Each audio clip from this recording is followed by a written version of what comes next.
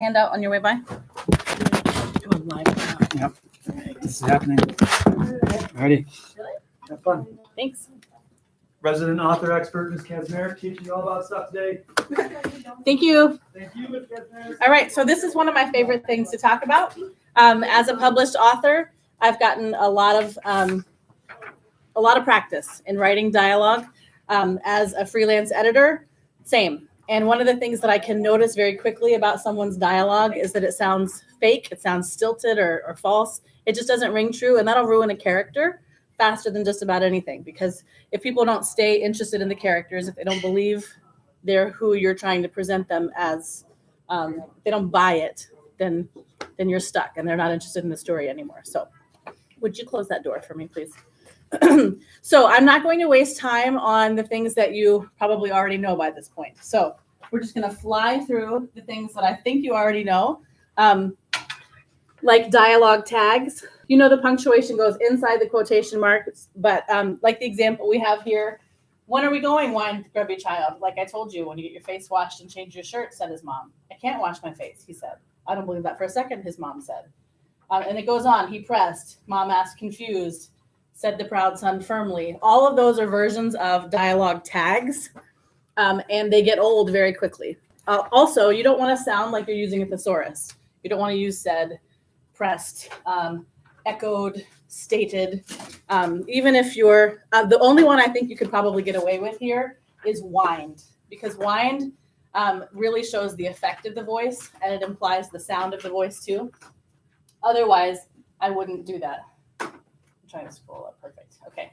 But action beats, that's the next one. Action beats can also make it clear who's speaking when. In a movie, you watch the person move and speak at the same time. So that's in essence what you're doing when you're using action beats instead of dialogue tags. You're giving them body language and action as conversations move the story forward. When are we going, whined the grubby child? Like I told you, when you get your face washed and change your shirt. Mom jammed a thumb toward the bathroom door. Now we have an action. It's on the same line as mom. Her action is on the same line with her words. So it's clear that she's the speaker. I can't wash my face. His small hands balled into fists. We're seeing a scene play out in our minds. I don't believe that for a second. Sometimes you don't even need an action beat or a dialogue tag. There's only two people in this conversation, so it's obviously mom. I finally look like a hero. His shoulders squared and his attitude filled the hallway a little more. I've actually placed them in a setting now. What do you mean? She didn't understand, but oh, he was serious. My cheeks and hair, they finally match daddy's when he comes home after putting out a fire. I want to go like this. And we'll just keep going from there. But that is the way that you can use action beats to move the story forward and to say who's speaking instead of dialogue tags. Watch out for floating heads. Anchor the characters to a scene as well. Like I did with the hallway and her jamming her finger toward the bathroom. That placed you in a setting. And settings are very important. You need to give people, they need to move around, do something in a place, touch furniture in the kitchen, wash hands, cook while they're talking. If they're walking outside, give them something to do. Do not just have characters talking and have a conversation happening without a setting, because then they're just kind of floating. Always think of it as if you're trying to write in a way that could be played out in a play or a movie. Even though it's not a screenplay, totally different type of writing, you still want to offer your readers all of that. Questions so far? Okay, going to really fly through these. Don't overuse nouns of direct address, ladies and gents. They, my friends, don't sound genuine at all. They just, the more you use, sometimes when I was an editor, I would get to a conversation between Jerry and Bob. And Jerry and Bob are just using each other's names every time they speak. Jerry, well, I have this to say about it, Bob, and it gets really old really fast. So don't do that. Every conversation is an opportunity for conflict and forward movement. Oh, it's on the back here. Conflict and forward movement. You should use your conversations to bring up issues between characters. There's always going to be something, and move the story forward. Tense conversations are a great way to do that. If there's something that needs some news that needs to be delivered, you need to say that something happened. Don't just say it as the narrator, but let someone deliver that news to them and let us watch their reaction to the news. It doesn't have to be a long conversation to convey bad news or tense information. Cut any conversation that isn't integral to the plot or necessary to the plot. There's something called on the nose writing, and it is super boring. It's conversation where someone walks in the door and we say, "Hi, how are you?" "I'm fine, thanks. I'm going to be the one teaching today. So you want to come in and get seated?" And if we were showing this, if this were part of a novel, none of that stuff is necessary. None of that stuff moves the plot forward. It is surface level conversation. Skip it when you're writing a narrative. Get to the stuff that moves the plot forward in your story. Every character should have their own voice. I'm sure that you've talked about voice and developing your own voice as a narrator, but you can and you should have every character having their own voice too. They're going to have their own lingo, their own bias, their own figurative language, depending on what they're into, what they're passionate about. I have a baseball player in one of my books, and he describes things as, he says things, these are silly examples, but like he really struck out on that one. That one was a grand slam. He just thinks in different terms than other people. A musician is going to think very differently too. She'll think as with melody and tempo and cadence, and those are the kind of things that you want to include in their thought processes and in their dialect. Again, you're not going to want to overdo it, but it's important to have everyone sound unique. No two characters should sound completely alike, even BFFs who make it their goal to sound like each other. There should be something unique to each of them. Cast the character as if it's film. They'll be playing a definite role in your story, so think about how you hear it. One of the things that I did was literally find pictures of actors that would inspire each of my characters as I wrote. And so that I could go online and find pictures of those actors in certain circumstances. When they were angry, what do they look like? How can I describe their face? Well, I have an actual face to look at, to describe, if you choose to do that. But either way, you have a certain character in mind. Somebody may be inspired by one of your favorite TV shows or a movie, something. Go ahead and kind of mentally, bless you, think of the characters those ways. Read the dialogue out loud to see if it sounds genuine, because a lot of times you'll notice that it doesn't. And don't overdo dialect. A little goes a long way. So if you have someone who has a Scottish brogue, maybe, or someone who is from England or Boston, there are ways that you can spell words differently to make it sound like, to make it read like. Have you read Huck Finn? Anybody in here read Huck Finn? If you read that book out loud, you'll see that you're supposed to read it a very certain way. Words are pronounced differently and they're spelled that way too. And that currently is just really out of style. Publishers are not interested in it, and it makes it difficult to read. And that's why they're not interested in it. In film, they honestly limit you to two uses of dialect per scene that are going to really be definitive. Obviously, an accent will carry through, but if you were writing a screenplay, you wouldn't use a word like govna or something like that more than twice in a scene to show that you have a British person in that setting, in that role. So limit those things. Questions about those that I needed to fly through? Okay. Stop me if there's something that you want to talk about. A writer's voice is not character alone. It is not style alone. It is far more. A writer's voice, like the stroke of an artist's brush, is the thumbprint of her whole person, her idea, wit, humor, passions, and rhythms. Writing the average contemporary guy. Are most of you writing contemporary? Like in this time frame? Okay. All right. So writing the average contemporary guy, use contractions, cut words, sentence fragments. Most guys are not, they don't have long, florid speech patterns. This does not necessarily apply for men of other time periods or non-native English speakers. They will speak correctly, and they will often not use contractions.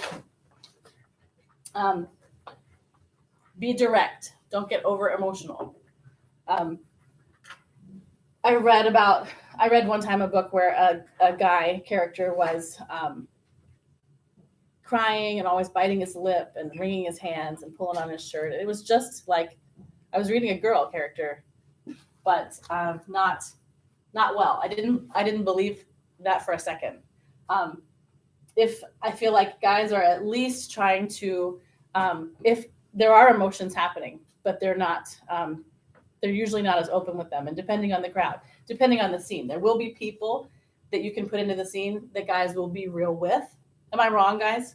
There are certain people that you will talk to honestly and let your emotions out a little bit more. But on the whole, you don't, you're not going to have emotions all over the place. You're not into that kind of drama, right? Okay. Yeah, right. Don't speak if silence will work. Force some conversation and make it awkward. Maybe a guy doesn't feel like talking, but whoever is in the scene with him pushes, asks a question, says, no, I need an answer. I need you to tell me something, and make the conversation awkward. That's kind of believable conversation. With his friends, let him be different. Let him be open with his friends. Let him be himself. Any of those work. Show a side with his friends or with a trusted person that other characters don't see.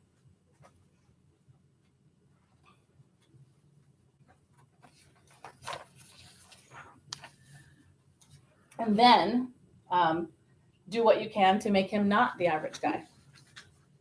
I don't think anybody wants to be a stereotypical character, right? So while we're talking about the dialogue and making it realistic and being not overly emotional, give each guy his own spin. Show where his strengths are. His strengths. What's unique to him that he's good at? What does he do well? Some things are high value and high priority to him. Everybody has a different set of values. Everybody has a different set of interests, and that's going to come through in his conversation. Allow him his own cadence. Some people talk very slowly. Some people are much quicker in their talking. We've already talked about using sentence fragments and not always, not florid speech patterns, but also some people just speak really quickly at a clipped pace, and some people let their words drag out. You can describe that a little bit, not a ton. I had a Southern character in one of my books, and one of the character who was the narrator of the scene, she was listening to him, and she said he had a drawl, but it was more gentleman than country. So that puts something in your mind. You're picturing a Southern, at that point, a Southern drawl, and it's slower, but it's not country Southern. It's a little bit a little different. And use slang, lingo from work or hobbies.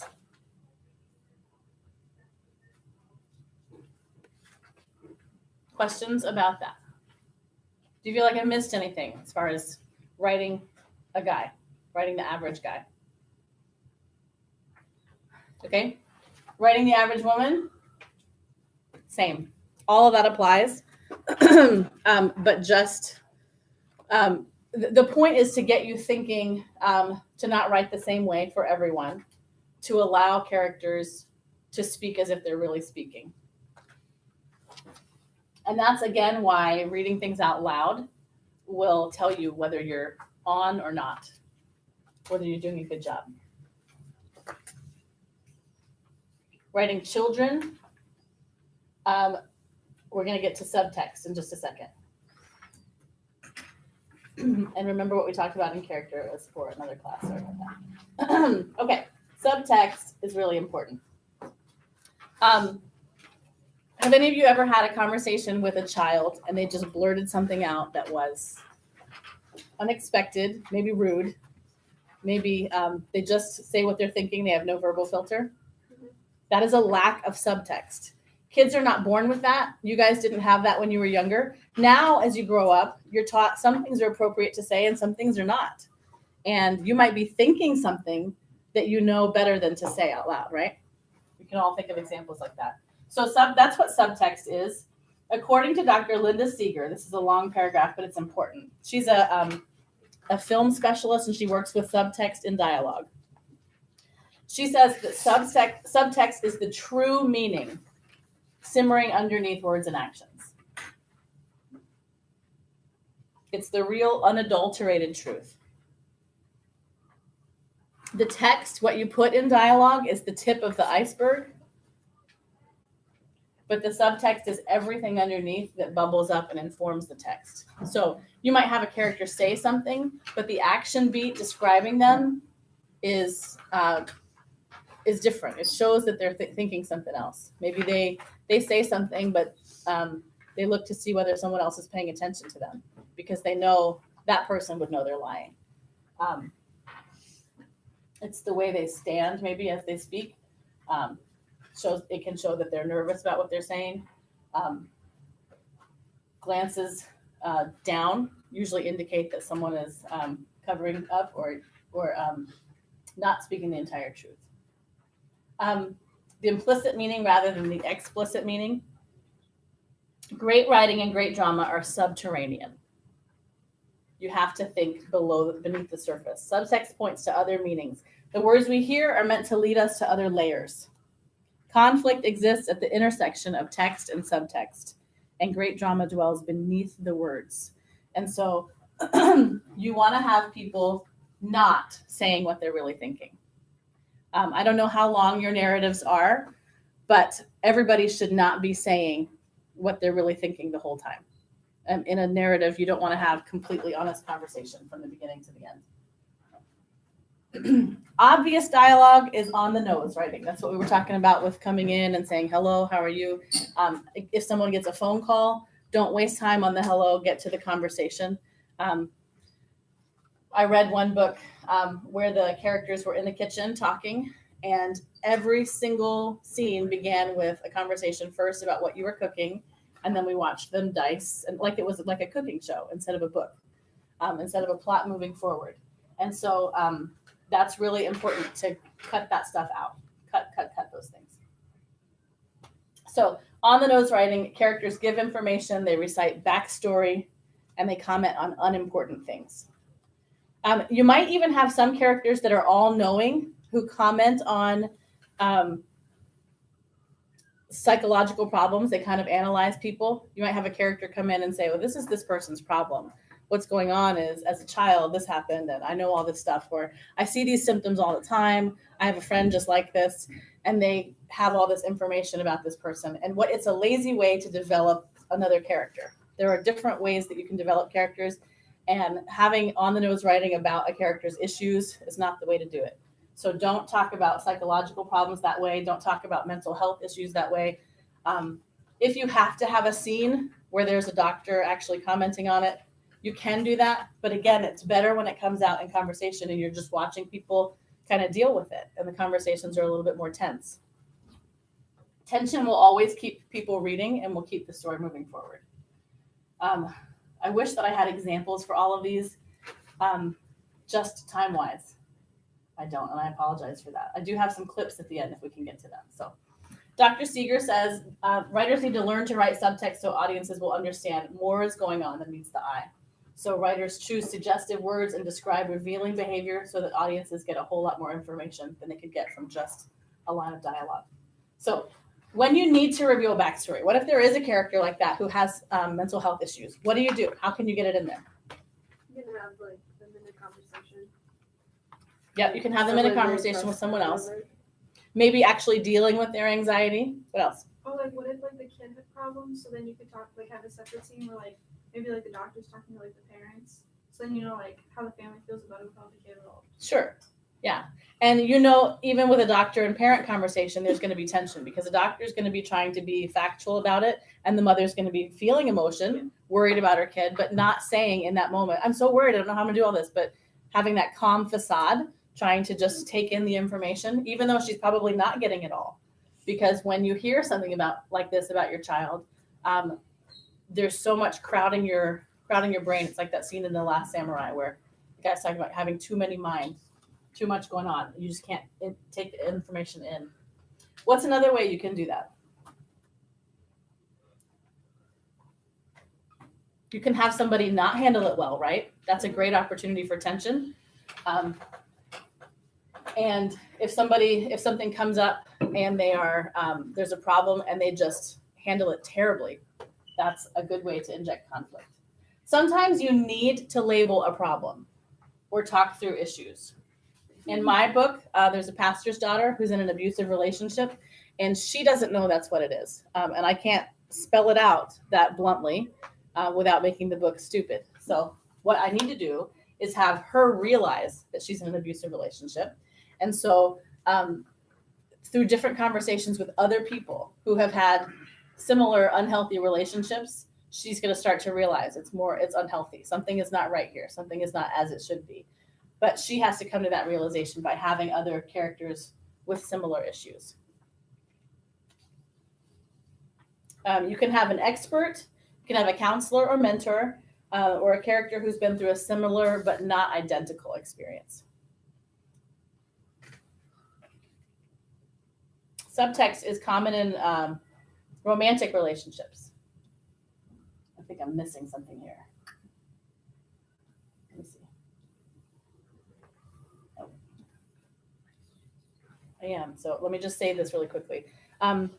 When people aren't quite ready to be honest about their attraction to one another for whatever reason, that is a good place for subtext. So jot that in your notes. Another one is if you haven't lived or traveled abroad and you don't know that each culture has a subtext and you don't learn it, you can offend easily. We lived in Poland and Lithuania. When we were in Poland, I remember I was told, make sure you take a gift if you go to someone's house, because that's just what's done. If you go to their house, even if they've invited you and you don't have a gift with you, they're going to be very insulted. So I went I saw other people carrying around flowers, and there were florists on every corner, and I thought, cool, that's what I'll do. So I went and I got some flowers, and I took them, and the people were offended anyway because of the type of flower that I bought and the number of flowers that I bought. There was more to it even than that person had explained. And so I had to learn, stay away from, these are funeral flowers, and an even number is an insult. So always bring an odd number of flowers. So things like that would not even occur to me. I had to learn the subtext of the Polish culture in order to not offend. And so sometimes we offend people without realizing it because we don't realize what they're expecting us to say or how they're reading what we're doing. Things like that are hospitality, food, compliments you might give, gifts, and modesty. Any other examples that you can think of times maybe that you've offended somebody of a different culture or ethnicity without realizing it because you didn't know that what you were saying was offensive? I haven't really been in much situations like that. No. Some Scottish people get offended because they're part of the British. Some Scottish people get offended because they're part of the British. They are part of the United Kingdom. They don't want to be considered English. They don't want to be lumped in, and they're not happy about Brexit. Other things like that? Okay. There can be, how about things with just different socioeconomic backgrounds? It doesn't have to be ethnicity, but it can also be just someone without a lot, someone who lives in poverty, and around someone else who's wealthy. And a person who's more wealthy or has more might just make a comment that they don't realize is offensive, just kind of assuming people have things. You've seen the hashtag first world problems, right? As people talk about, this is so hard for us here. I'm always struggling because I need a new battery for my phone, or I need this. And there's actually, there's the, can't think of it. It was a Vine, I think, with people from third world countries saying those same things, just reading those tweets out loud. And it was just, it gave a lot of perspective as far as why these things they're just issues here for us and not things that other people think about, not even on other people's radars. There are times in your lives when you've encountered subtext with others. You should think through those times where you know that somebody was lying to you, or you know they just weren't being as honest or forthcoming as they could have been. Those are the kind of moments that you want to capture in your dialogue. Think about times that you knew you weren't hearing the total truth, and think about what you said. Did you call them on it, or did you just leave it alone and hope that they would tell you later? How long did you wait? How long did it take for you to figure out the subtext of that conversation? Or moments when you just have a bad feeling. You know that something isn't going well, something isn't right, you're in danger maybe, but nothing is communicating that. Nobody's saying that. That's still part of the subtext. To give you a couple examples.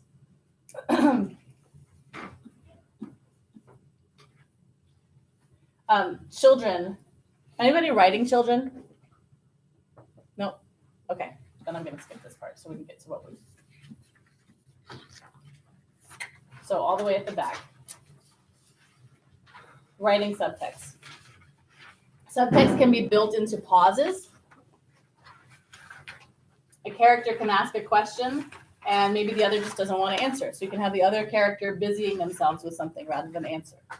You can use action beats to show avoidance. It's the job of a writer to lead the audience to the interpretation that will give a full understanding of the circumstances. It does not need to all come out in one scene, but you can just kind of carefully place hints through things, text and conversations, that will help the readers to draw the conclusions. Pieces fit together to form a cohesive idea, so when they look back, they see, oh, I should have seen that. That's what happens with subtext. The plot moves forward with events and actions like we plan, but some people will go back in and write subtext later.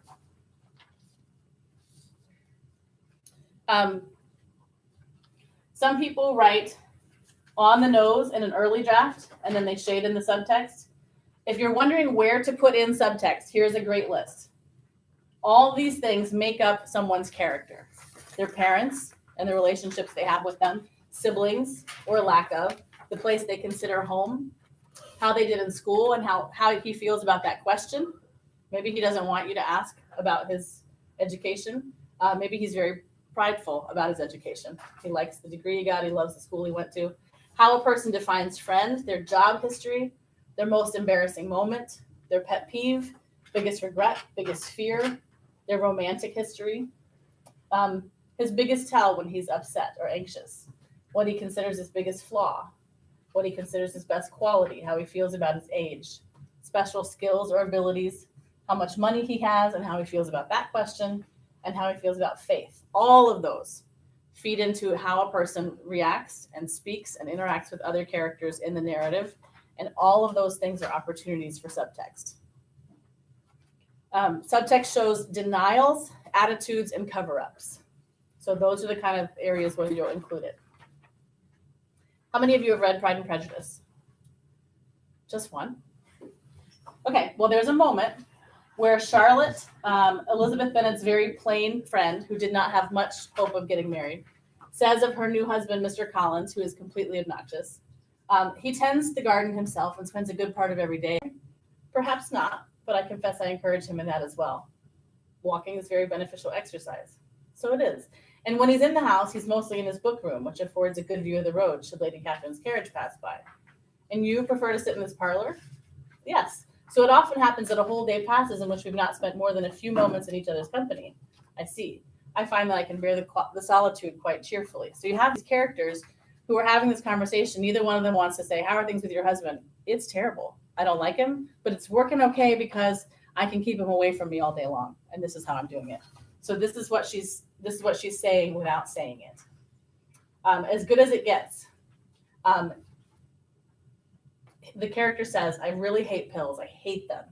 But he pays her a compliment by saying after he saw her one night, I started taking my pills. And she has no idea what he's talking about because he means something very different. We're going to actually watch that one. If I can get it to come.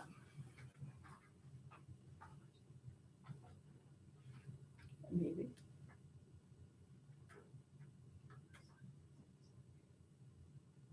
Uh-oh. I went for you, and it's true. I'm so afraid you're about to say something awful. Don't be pessimistic. It's not your style. Okay. Here I go. It's clearly a mistake. I've got this, ailment. My doctor, a shrink that I used to go to all the time, he says that in 50 or 60% of the cases, a pill really helps. I hate pills. Very dangerous thing, pills. Hate. I'm using the word hate here about pills. Hate. My compliment is that night when you came over and told me that you would never. Yeah. All right, well, you were there, you know what you said. Well, my compliment to you is the next morning I started taking the pills. I don't quite get how that's a compliment for me.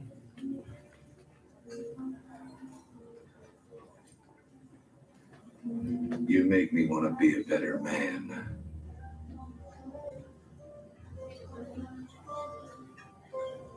So that was a totally tense and awkward conversation because he was saying something that she completely missed. That's maybe the best compliment of my life.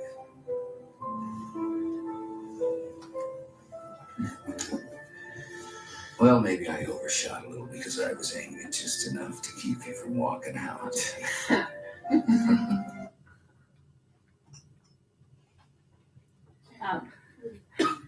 It's also possible to misinterpret subtext. Here is a moment where someone is actually speaking honestly, speaking completely, bluntly, and truthfully, and someone wants to believe it's subtext. This is also from Pride and Prejudice. This was a scene where he had just proposed. Sometimes I feel like I was born with a leak. And any goodness I started with just slowly. Believe me, my dear Miss Elizabeth, that your modesty adds to your other perfections. But you can hardly doubt the object of my discourse, however your feminine delicacy may lead you to dissemble. For almost as soon as I enter the house, I single you out as the companion of my future life. But before I am run away by my feelings on this subject, perhaps it would be advisable for me to state my reasons for marrying. Mr. Collins.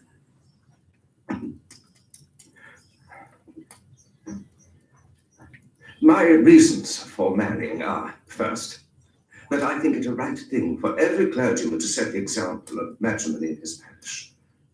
Secondly, that I am convinced it will add very greatly to my happiness.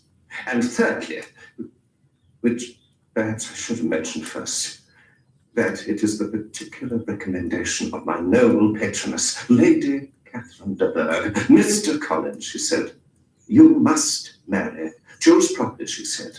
Choose a gentlewoman for my sake, and for your own, let her be an active, useful sort of person, not brought up too high. Find such a woman as soon as you can, bring her to Hunsford, and I will visit her. And your wit and vivacity, I think, must be acceptable to her, when tempered with the silence and respect which her rank will inevitably excite. Yes. But so much for my general intention in favor of matrimony. Now, as to my particular choice.